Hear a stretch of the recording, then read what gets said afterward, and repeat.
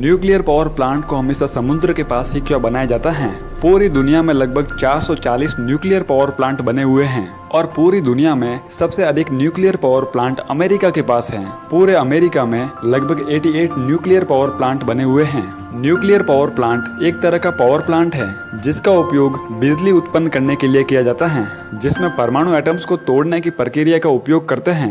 एक परमाणु रिएक्टर कुछ तत्वों के परमाणुओं को विभाजित करके उनसे ऊर्जा का उत्पादन और नियंत्रण करता है। एक परमाणु ऊर्जा रिएक्टर में उत्पन्न होने वाली ऊर्जा का उपयोग भाप बनाने और उससे बिजली उत्पन्न करने में किया जाता है। न्यूक्लियर पावर प्लांट्स का उपयोग इलेक्ट्रिसिटी जनरेट करने में किया जाता है और इसके कई सारे फायदे हैं।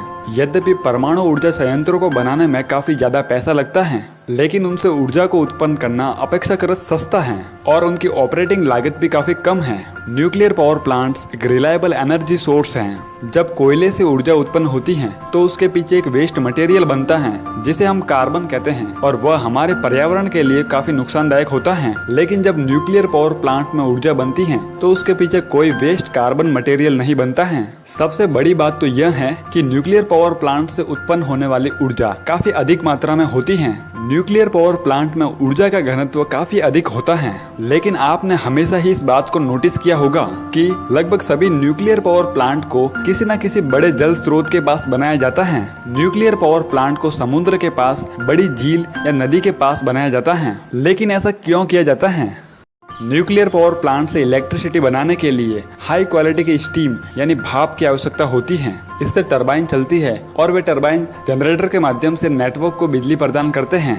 एक बार जब भाप के लेवल में अत्यधिक मात्रा में कटौती होने के बाद इसका उपयोग दोबारा इलेक्ट्रिसिटी जनरेट करने में नहीं किया जा सकता है, जब तक कि इन्हें पानी में डालकर ठंडा नहीं किया जाता है। ठंडा करने के बाद दोबारा इन प्लेट्स का उपयोग इलेक्ट्रिसिटी जनरेट करने में किया जा सकता है। कूलिंग के लिए कंडेंसर का उपयोग किया जाता है, जिसके लिए बड़े पैमाने पर ठंडे पानी की आवश्यकता होती है। न्यूक्लियर पावर प्लांट को बड़े जल स्रोत के पास लगाने के और भी कई सारे कारण हैं। सामान्य ऑपरेशन के दौरान न्यूक्लियर कोर को ठंडा करने में, नॉर्मल ऑपरेशन के दौरान कोर में उत्पन्न थर्मल एनर्जी को इलेक्ट्रिकल एनर्जी में बदलने के लिए, इमरजेंसी कंडीशन में एटॉमिक फ्यूल को ठंडा करने में और डिवाइडिंग प्रोडक्ट्स को ओवरहीटिंग से रोकने के लिए पानी का उपयोग बड़े पैमाने पर होता है। इमरजेंसी कंडीशन में कमर्शियल न्यूक्लियर पावर प्लांट की सुरक्षा के लिए न्यूक्लियर एनर्जी प्रोडक्शन के पूरे इतिहास में 3 बड़ी आपदाएं हुई हैं। 3 माइल आइलैंड, फुकुशिमा और चेर्नोबिल। पिछले 25 वर्षों में फॉसिल फ्यूल एनर्जी के साथ 10 सबसे बड़ी आपदाएं हुई हैं, जिसमें सबसे बड़ी थी BP ऑयल स्पिल। एनर्जी बनाने के लिए एटॉमिक फ्यूजन सबसे सुरक्षित तरीका है। इसमें 2 परमाणुओं को एक साथ मिलाया जाता है और जिससे ऊर्जा उत्पन्न होती है, लेकिन इसके लिए टेक्नोलॉजी को बड़े व्यापक पैमाने पर लागू नहीं किया गया है। इसलिए लगभग सभी न्यूक्लियर पावर प्लांट परमाणु विखंडन का उपयोग करते हैं, जो एक परमाणु को 2 में विभाजित करता है और इसे अधिक खतरनाक माना जाता है। हर 18 से 24 महीनों में पूरे न्यूक्लियर पावर प्लांट को शटडाउन किया जाता है, यानी पूरी तरह से बंद। ऐसा इसलिए किया जाता है ताकि रेडियो एक्टिव वेस्ट को ठिकाने लगाया जा सके, जो न्यूक्लियर पावर प्लांट की सबसे बड़ी समस्या है।